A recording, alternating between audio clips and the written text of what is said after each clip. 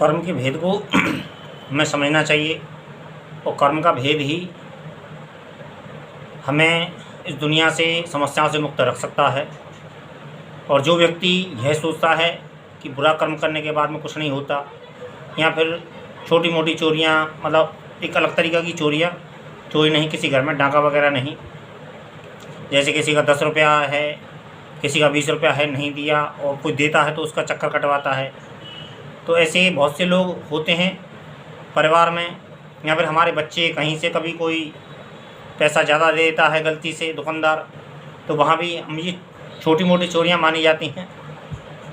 और ऐसी बहुत सी गलतियाँ होती हैं जीवन में कि किसी दूसरे के प्रति हमें बुरा करना, दूसरे के प्रति विषय में बुरा सोचना, तो ये कर्म के अंतर्गत ही आता है और यही कर्मों का हमें फल देता है। और जो लोग यह सोचते हैं कि कुछ नहीं होता या फिर देखा जाएगा, तो इन बातों को, ये मूर्खता भरी बातें हैं, क्योंकि परमात्मा बनाने वाला इस दुनिया को बहुत समझदार है और वो सबका पिता कहलाता है, वो परम पिता कहलाता है। तो ये बात एक अलग है कि वो दिखता नहीं है, तो इसका अर्थ होता नहीं कि वो होता नहीं है, वो व्यक्ति के अंदर ही बैठा है और वो इसी तरीके से हिसाब करता रहता है। बहुत से लोग फिर जीवन में यह शिकायत करते हैं कि जीवन में हमें ये दुख है, यहाँ पर ये कष्ट है, या फिर हमें इस चीज़ की कमी है, या फिर हमारा भगवान हमारा साथ नहीं देता, किस्मत साथ नहीं देती।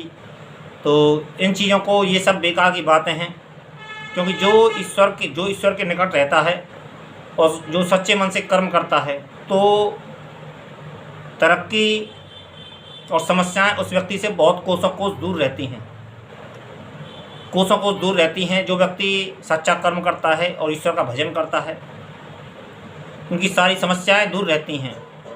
और कैसी भी कोई समस्या हो, क्योंकि जिसने महाकाल को पकड़ लिया, यहाँ पर ईश्वर को पकड़ लिया, यहाँ पर परमात्मा को पकड़ लिया, यहाँ पर गुरु को पकड़ लिया, और जो गुरु की भक्ति करता है, ये हमें भेद गुरु लोग ही समझाते हैं, गुरु ही समझाते हैं, और गुरु हमारे साथ में रहते हैं। तो कर्म का भेद ही एक ऐसा भेद है, क्योंकि हम जैसा हमारे पास में कैसे भी बड़े गुरु हों, लेकिन यदि हमारा कर्म गलत है तो हम कुछ नहीं कर सकते। और चाहे भगवान हो, गुरु हो हमारे पास में, तो हम कुछ नहीं कर सकते। और ऐसा महाभारत शास्त्र में है, रामचरितमानस में भी ये प्रसंग है, आता है कि जब पांडवों के जब जुए का न्योता आया था, तो कृष्ण उनसे पहले जाने से पहले जब रासु यज्ञ हुआ था, तो उस समय मना कर गए थे। और विदुर ने भी जब आके समझाया कि जुए को मत खेलना, तो लेकिन उन लोगों ने नहीं माना, और उन लोगों ने जुआ खेला और जुए में सारी संपत्ति हार गए, और वहाँ अपनी पत्नी द्रौपदी को भी दांव पे लगा दिया। तो ये उन्होंने अपने जीवन में इतना गलत कृत्य किया था। कहाँ उनके पास में भगवान, उनकी ईश्वर भी साथ था और हर चीज़ में उनके सहयोग कर रहा था ईश्वर भी। लेकिन जब उनको जुए में हार गए और 12 वर्ष का वनवास और 1 वर्ष का अज्ञातवास जब तय हुआ था, तो उसमें भगवान उनकी मदद नहीं कर पाए, उस चीज़ को, वनगमन को नहीं रोक पाए थे। तो यही चीज़ ऐसी होती है। फिर उसमें वनगमन में उनके साथ में क्या क्या हुआ, यह महाभारत में देख सकते हैं, हम समझ सकते हैं। तो ये कर्म का ही एक क्षेत्र आता है।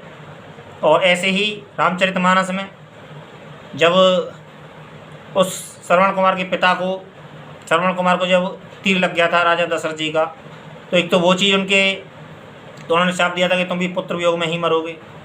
और राजा कैकई को जब 2 वरदान दिए थे, जब देवासुर संग्राम हुआ था और वहाँ उसमें गए थे सहायता करने, तो वहाँ भी उनको कैकई को वरदान दिए थे कि तुमको 2 वरदान हैं, और उन्होंने कहा भी था कि अभी मांग लो, कि नहीं मैं पक्का नहीं पे मांग लूँगी। तो ऐसे ही बहुत सी चीज़ें हमारे जीवन में घटित होती हैं। तो कुछ लोग कहते हैं कि राम जी कुंडली में शनि दोष था, या फिर शनि की कुदृष्टि हुई थी। तो ये बातें एक अलग अलग हैं। इस बात का मैं प्रसंग कभी और आगे मैं कभी इस बात पे कहूँगा, और इस बात को मैं कहूँगा। लेकिन जहाँ तक भी आता है, जो भी प्रसंग आता है, कुछ लोग यह कहते हैं कि जाना तय था और होनी तो कुछ ना कुछ तय कराती है, और कुछ ना किसी के, तो ये बात भी सही है। लेकिन इस विषय पे बहुत सी चीज़ें आती हैं, तो इस बात को मैं कभी आगे बताऊंगा। लेकिन मैं यहाँ कर्म का ही भेद बता रहा हूँ केवल।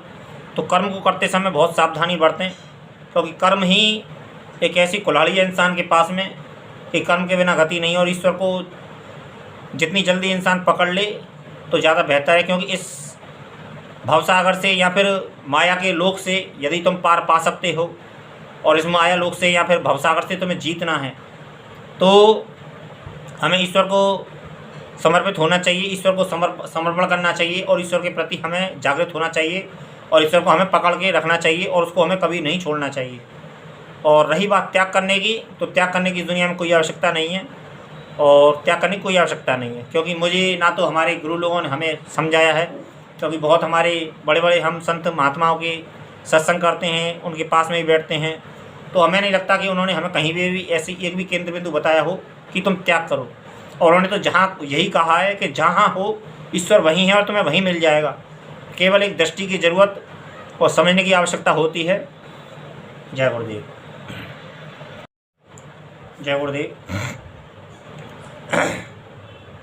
बहुत से लोग अक्सर दुनिया में कर्म करते हैं और कर्म करते समय यह चीज़ का ध्यान नहीं रखते, और ध्यान रखने के बावजूद भी कर्म के भेद को नहीं समझते और जीवन में बहुत से लोगों से शिकायत करते रहते हैं या फिर ईश्वर से शिकायत करते रहते हैं और शिकायतें करते ही रहते हैं जीवन में। और शिकायतें इतनी शिकायतें करते हैं, कभी ना कभी कुछ ना कुछ उनके जीवन में लगा भी रहता, कोई ना कोई समस्या लगी भी रहती है। ये व्यक्ति का कर्म ही है और अज्ञान ही है। जो व्यक्ति ज्ञान को समझना नहीं चाहता है, कर्म के भेद को समझना नहीं चाहता है और कर्म के भेद को ना समझ के ना ही ईश्वर के पास में जाना चाहता है, वो ईश्वर की सेवा भी नहीं, ईश्वर को उतना समय भी नहीं देता है। जो कि आज के दौर में कहते हैं कलयुग केवल नाम आधारा, हरि जप मंत्र ऐसे ही कुछ आता है, मुझे ज़्यादा जानकारी नहीं है। सुनता हूँ मैं, सत्संग वगैरह करता हूँ, लेकिन याद कंठस्थ नहीं कर पाता हूँ मैं। तो हरि सुमिर उतरे पारा, तो कहने का भाव ये है कि हरि नाम भक्ति ऊपर वाले का नाम जीवन में कितना आवश्यक है, इस चीज़ को समझने का प्रयास नहीं करता इंसान। क्योंकि आदि जो जीवन में पाप होते हैं वो हमारे हरि नाम से या फिर गुरु भक्ति से हमारे कट जाते हैं। लेकिन व्यक्ति इस बात को नहीं समझता है कि कुछ नहीं होता है। बहुत से लोग भगवान की सेवा करें तो कैसे करें, वो 2 अगरबत्ती लगा देते हैं और थोड़ा सा चना चनौरी वगैरह रख देते हैं, तो उससे काम बनने वाला नहीं है। वो केवल एक क्षण के लिए हमें पॉजिटिव करता है और पॉजिटिव करने के साथ साथ में हमें एक आध पाप से मुक्त कर देता है और हमें उसमें अपने कर्मदंड में जो मिलती है, हमें कर्म का जो दंड मिलता है हमें या फिर भोग मिलता है, हमें उसमें कुछ रियायतें हो जाती हैं। जब कभी हम कोई गलती करते हैं और हमारी समझ में नहीं आती है तो कुछ रियायतें मिल जाती हैं। तो इस चीज़ को समझना बहुत ज़रूरी है कि भक्ति करना बहुत ज़रूरी है इंसान के लिए और ईश्वर नाम लेना बहुत ज़रूरी है, क्योंकि हमारे बहुत पापों को काटता है। और एक फ़ायदा और होता है हमें ईश्वर नाम से कि जो हमारे अंदर ग्रंथियाँ हैं, जो जटिल हैं, जो सुप्त पड़ी हैं, जो नाड़ियाँ, हमें कोई भी निरंतर हम मंत्र जाप करते हैं तो उससे हमारे अंदर का ज्ञान जागृत होता है। ज्ञान जागृत होने के साथ साथ में हमारी जो नस नाड़ियाँ जो होती हैं उनमें ज्ञान का प्रवेश होता है। इस बात को बहुत कम लोग समझ पाते हैं और कम समझने के साथ साथ में जो लोग समझते हैं और जो लोग दूरदृष्टि या फिर दूरदृष्टि रखने के साथ साथ में जो अनुभवी होते हैं वो लोग समझ लेते हैं इस बात को और समझते हैं। लेकिन जो लोग ये कहते हैं कि हमारे पास में टाइम नहीं है या फिर हमारे घर में ये समस्या है, हमारे घर में ये समस्या है, तो ये तो चलती ही रहेंगी। ये समस्याएं तब तक दूर नहीं होंगी व्यक्ति के जीवन में जब तक व्यक्ति ईश्वर को नहीं जानेगा, ईश्वर को नहीं समझेगा, ईश्वर को नहीं पकड़ेगा। क्योंकि ईश्वर को पकड़ने से आदि समस्या का तो कंटक कट जाता है और रही छोटी मोटी समस्याओं की तो वो भी कट सकता है। इस बात को समझना बहुत ज़रूरी है व्यक्ति के लिए कि ईश्वर नाम बहुत ज़रूरी है। और कर्म का जो भेद है वो कर्म का भेद इतना ही है कि जैसा कर्म करोगे ईश्वर हमें जितनी याद देता है हम उतने ही लापरवाह होते जाते हैं। तो इसलिए इन बातों को समझना बहुत ज़रूरी है। ईश्वर की भक्ति करना बहुत आवश्यक होती है और निरंतर कोई भी काम बिगड़े, कोई भी काम